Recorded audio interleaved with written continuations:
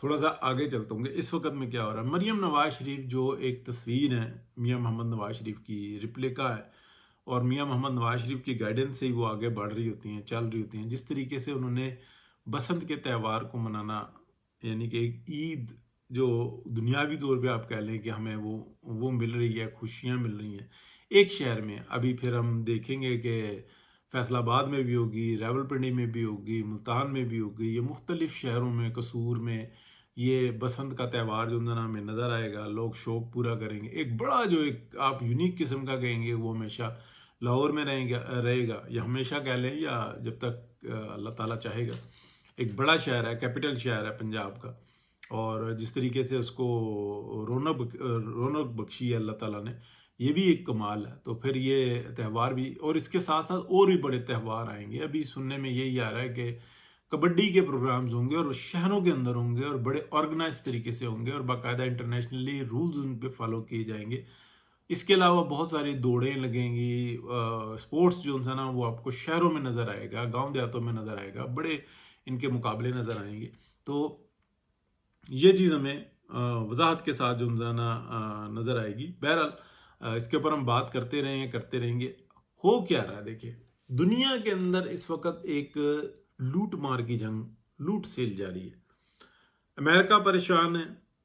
Trump صاحب نے جس طریقے کے اقدامات لیے ہیں، امریکہ کیا اس کو برداشت کر پائے گا؟ اس کے اوپر جو ہے نا جو ان کے تھنک ٹینکس ہیں وہ مسلسل جو ہے نا غور کر رہے ہیں. اور کئی دفعہ میں نے آپ کو اشارتاً بات بھی بتائی کہ وہ اس بات پر بھی غور کر رہے ہیں کہ یار یہ زیادہ جو ہے نا اگر معاملہ چلتا رہا تو ایسا نہ ہو کہ یو ٹرن بھی نہ لگ سکے. ایسی بھی صورتحال ہے. جس طریقے سے ٹرمپ صاحب جو ہے نا کھیل رہے ہیں، پریزیڈنٹ آف امریکہ کا مطلب یہ نہیں ہوتا کہ پوری دنیا کو لے دے جائے اور جیسے ایران پہ چڑھ دوڑیں. ایران کے معاملے کے اندر دیکھیں، بہت سارے لوگوں نے بتایا کہ ایران طاقتور ہے اور یوں وہ میزائل فائر کرے گا، اور ایسی صورتحال نہیں ہے. جو میں نے اشارتاً بات بتائی تھی وہی بات بتائی تھی جو چیٹس میں چل رہی تھی، گروپس میں چل رہی تھی، کہ ایران نے وضاحت کے ساتھ بتایا پورے مڈل ایسٹ کو کہ میں کسی کے امریکی اڈے کے اوپر کوئی حملہ نہیں کروں گا. آپ بالکل بے فکر رہیں، لیکن آپ کے شہروں کو نہیں چھوڑوں گا. آپ کی جتنی عمارات ہیں، جو بڑی بڑی جو آپ کے پاس اٹریکشن کے لیے جو چیزیں آپ نے بنائی ہیں، ان کو میں تباہ برباد کر کے رکھ دوں گا. جس حد تک ہو سکا میں کروں گا. تو یہ کہا گیا کہ وہ تو شہری ہیں. انہوں نے کہا جی ہمارے جو پیسیں گے وہ شہری نہیں ہوں گے، ہمارے اوپر جو آفات ہیں وہ شہریوں کے اوپر نہیں ہیں، ہمارے اوپر جس طریقے سے پابندی لگ رہی ہیں. تو انہوں نے وضاحت کے ساتھ بتایا کہ نہ میں ابو دھابی کو چھوڑوں گا، نہ میں دبئی کو چھوڑوں گا، نہ میں کسی کو نہیں چھوڑوں گا. نام لے کے بتایا کہ بھائی جو میری رینج میں ہے نا، اور میں نے کسی کو کچھ نہیں کہنا. یعنی کہ ایسا نہیں ہوگا کہ میرے اوپر آپ کے اڈوں سے فائر ہو رہے ہو تو میں اس کا رپلائی کر رہا ہوں. میں ایسا کچھ نہیں کروں گا. میں نے آپ کے کسی شہر کو نہیں چھوڑنا، آپ کے کسی پل کو نہیں چھوڑنا، میں نے ان کو ٹارگٹ کرنا. تو وہاں سے جو ہے نا یہ جو انٹرنلی بات چل رہی تھی اتنی زیادہ کھل کے کسی نے نہیں بتائی، لیکن میں آپ کو بتا رہا ہوں. تو وہاں سے پورا عرب جو ہے نا اور ان کے مفادات، اور پھر وہ امریکہ کے سامنے انہوں نے یہ کہا کہ یہ جواب آئے گا ہمیں جو ہمارے لیے افورڈیبل نہیں ہے. تو ہمارے جب شہری مریں گے، وہ کہتے ہیں نہیں ہم آپ کی آئل فیلڈز کو بھی نہیں چھیڑیں گے، کسی کو نہیں چھوڑیں گے، آپ کی آبادی کو ختم کریں گے، ہم آپ کی جو بڑی بلڈنگیں ہیں، جو آپ کی سجاوٹ ہے، اس کو تباہ کریں گے. تو یہ جب پیغام ملا تو پھر جو ہے نا سب کے پیروں کے نیچے سے زمین نکلی، اور بالکل وضاحت کے ساتھ بتایا کہ ہمیں نہ پاکستان کی طرف سے کوئی خطرہ ہے، اور نہ یہاں سے کوئی ایسی ہمارے لیے سوچ رکھی ہوئی ہے، لیکن آپ جو ہے نا وہ ایسا کیے ہوئے ہیں. ہاں یہ بات ضرور ہے، ہم نے ماضی میں جو غلطیاں کی ہم اس کا تدارک کر رہے ہیں، ہم ایسا نہیں کریں گے، ہم اعلان کہہ رہے ہیں کہ ایسا نہیں کریں گے. آپ نے بھی کیا اور ہم نے بھی کیا، ہم نہیں کریں گے.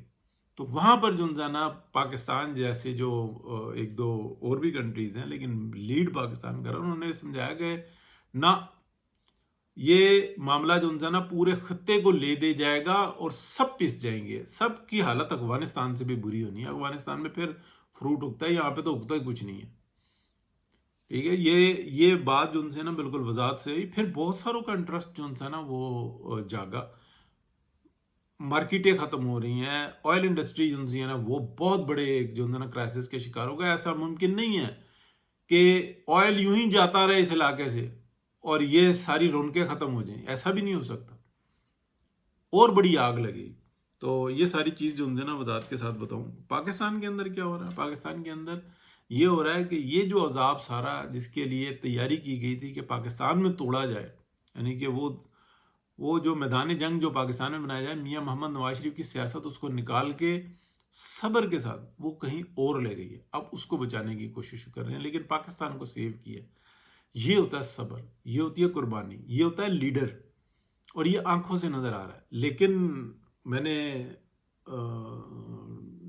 ڈزنز آف ٹائم نہیں، ہنڈریڈز آف ٹائم یہ بات کہی ہے کہ ان سے بیگمات نہیں سنبھالی جاتی، اپنی فیملیز نہیں سنبھالی جاتی. جو زہر انہوں نے اپنے لیے خود گھر میں گھولا ہوا ہے تو وہ، اور جو دوسروں کو پلایا وہ خود بھی پی لیا. تو اب اگر کسی حد تک خود کو سمجھ میں آئی ہوئی ہے، لیکن وہ بھی کسی حد تک، تو وہ جو ان سی ہے نا لڑ رہی ہے. منہ سے مانتے ہیں، دماغ مانتا ہے، دل مانتا ہے، لیکن انا نہیں مانتی. تو اللہ خیر کرے گا جی، انشاءاللہ نہ بھی مانے گی، ٹوٹے گی، اور آنے والا وقت اور زیادہ بہتر ہوگا. اور یہ میڈیا کے اندر یہ جو جوکیں ہیں نا کہ جی میں منیب فاروق صاحب دیکھیں، یہ بھائی لوگوں کے ساتھ ہوتے ہیں، وہیں سے انفارمیشن لیتے ہیں. ایسے انصار عباسی صاحب ہیں، وہ بھی وہیں سے انفارمیشن لیتے تھے، ساری باتیں ہوتی. لیکن جب یہ اسٹیبلشمنٹ کو خدا سے تھوڑا سا نیچے کا اور فرشتوں سے تھوڑا سا اوپر کا درجہ دیتے ہیں نا، تو اس وقت میں افسوس ہوتا ہے کہ یار ان کی عقلیں گھاس چرنے چلی جاتی ہیں کیا. زوال جب آتے ہیں نا تو ایک سسٹم تباہ ہو جاتا ہے. تو نعوذ باللہ یہ پاکستان، یہ کیسر و کسرا، یہ سب اللہ کی ذات باقی ہے. ٹھیک ہے، یہ تا قیامت تک کے لیے ہے، اور یہ ہے یوں ہے اور وہ ہے، یہ اچھی باتیں نہیں ہوتی. بس رب کی ذات ہے. ہاں، پاکستان کو مضبوط رہنا چاہیے. پاکستان ہمیشہ زندہ باد. پاکستان پہ ہمیں فخر کرنا چاہیے. پاکستان پائندہ باد، پاک فوج زندہ باد، حکومت پاکستان زندہ باد، اپوزیشن پاکستان کی تمام زندہ باد، پاکستان کے عوام زندہ باد. تو یہ چیز جو ان سے نا بالکل وضاحت کے ساتھ، اس لیے میں کہتا ہوں کہ یار ہوش کے ناخن رکھو. جب آپ چیلنج کر دو گے کہ نعوذ باللہ یہ خدا کی دوسری طاقت ہے، تو پھر وہ شرک ہو جاتا ہے نا، پھر رب کو نہیں پسند، یہ پھر زوال بھی آ جاتا ہے. تو بات کرتے ہوئے سوچنا چاہیے کہ یہ آخر نہیں ہے، رب ہی کی ذات آخر ہے. بہت شکریہ، اللہ حافظ.